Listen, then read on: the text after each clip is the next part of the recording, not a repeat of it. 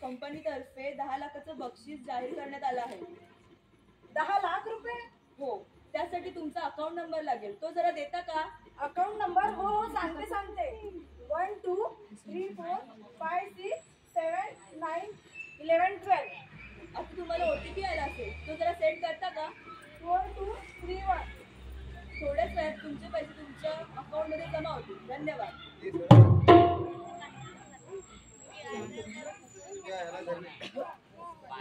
काय झालं असं होतच का आहे?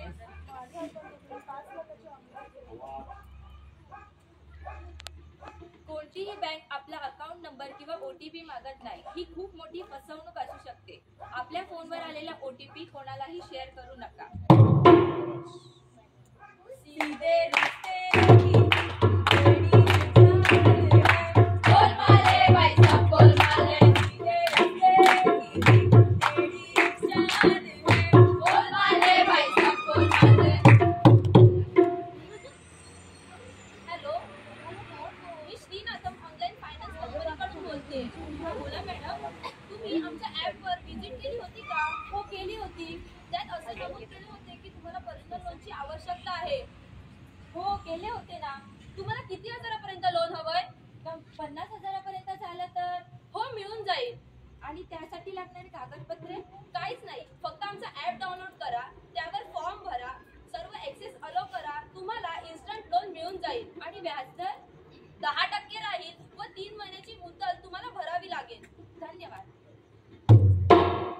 आमच्या मित्राने ऑनलाईन लोन तर घेतले, ठरलेल्या कालावधीत परतफेडही केली. आता 3 महिन्यानंतर बघूया.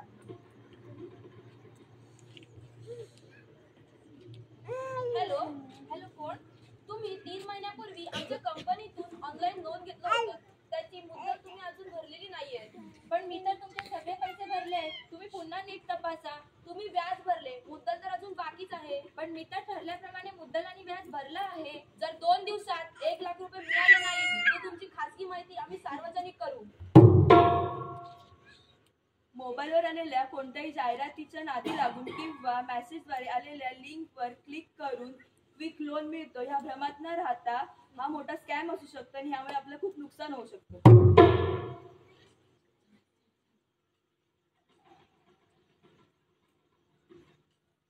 अरे एवढे टेन्शन असायला काय झालं? अरे मी 3 महिन्यापूर्वी ऑनलाईन पर्सनल लोन घेतला होता. मग? आणि ठरलेल्या कालावधीत त्याची परतफेडही केली. मग? पण आता बँकवाले फोन करून त्रास देत आहेत, लाखाच्या मागण्या करतायत. सीधे रस्ते की बेड़ी चाल है, गोलमाल है भाई साहब, गोलमाल है. सीधे रस्ते की बेड़ी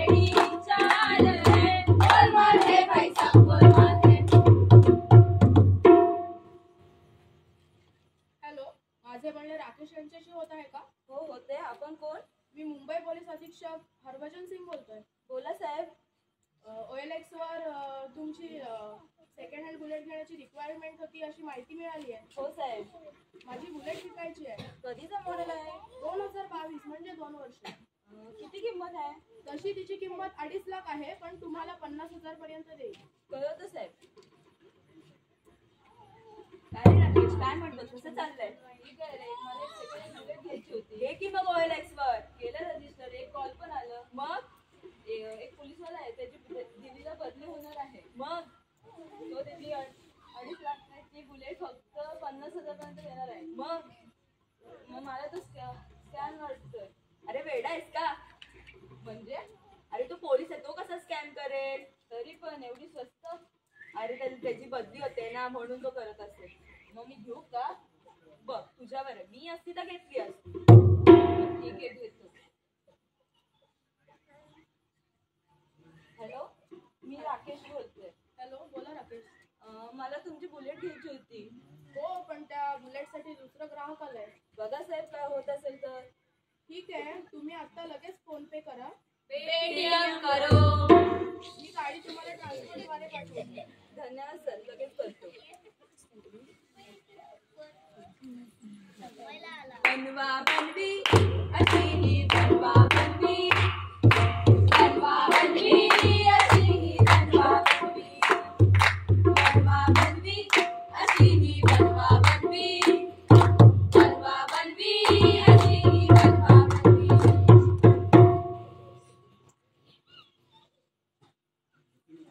काय रे, काय झालं? अरे 8 दिवस झाले, अजून गाडी नाही आली. पैसे नाही दिलेस ना? दिले ना. मग कॉल कर लगेच. केलं, खूप वेळा केलं, लागतच नाही. पोलीस असं म्हटलं की सुरक्षा निर्माण होते. मोठ्या किमतीची वस्तू स्वस्तात मिळणार म्हणजेच लालच निर्माण होतो. याचाच फायदा स्कॅमर घेत असतो व आपला मोठा नुकसान करून टाकतो. म्हणजे आपले पैसे कधीही कुठे सुरक्षित नाहीत. आहेत ना. कसे? आपल्यासोबत झालेल्या फ्रॉडची तक्रार 18001400 या क्रमांकावर करा किंवा जवळच्या पोलीस ठाण्यामध्ये जाऊन करा किंवा consumerhelpline.government.in या वेबसाईटद्वारे करा. आपल्यासोबत झालेल्या फ्रॉडची रक्कम 24 तासात रिकव्हर करता येते. मी एक ग्राहक आहे, मला वस्तू व सेवेच्या सुरक्षिततेचा अधिकार आहे. मी ग्राहक आहे, मला वस्तू व सेवांविषयी जाणून घेण्याचा व त्याच्या माहितीचा अधिकार आहे.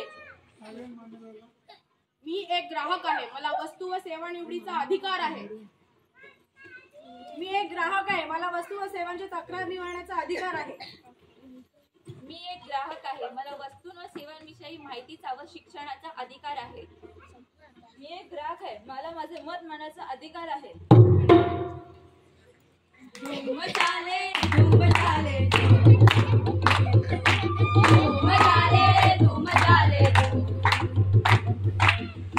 चाले धूम चाले.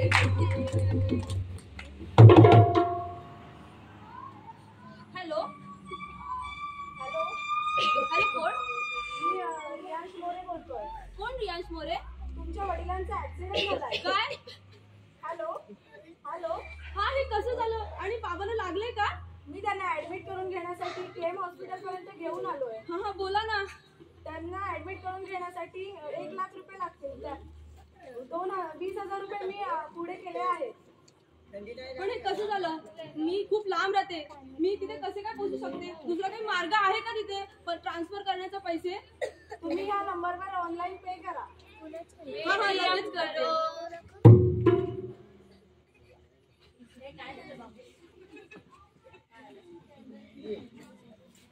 काय झालं? अशी का रडतेस? बाबा तुम्ही? अगं, काय झालं पण? अशी का करतेस तू? अहो, मला दवाखान्यातून फोन आला होता की तुमचा ऍक्सिडेंट झाला. कोणी केला फोन? मी तर इथे उभा आहे. अहो बघा ना, मी आताच त्यांचे पैसे सुद्धा ट्रान्सफर केले. अरे तू आता लगेच फोन कर त्यांना, लगेच फोन कर.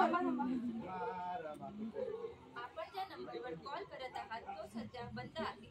परत कर.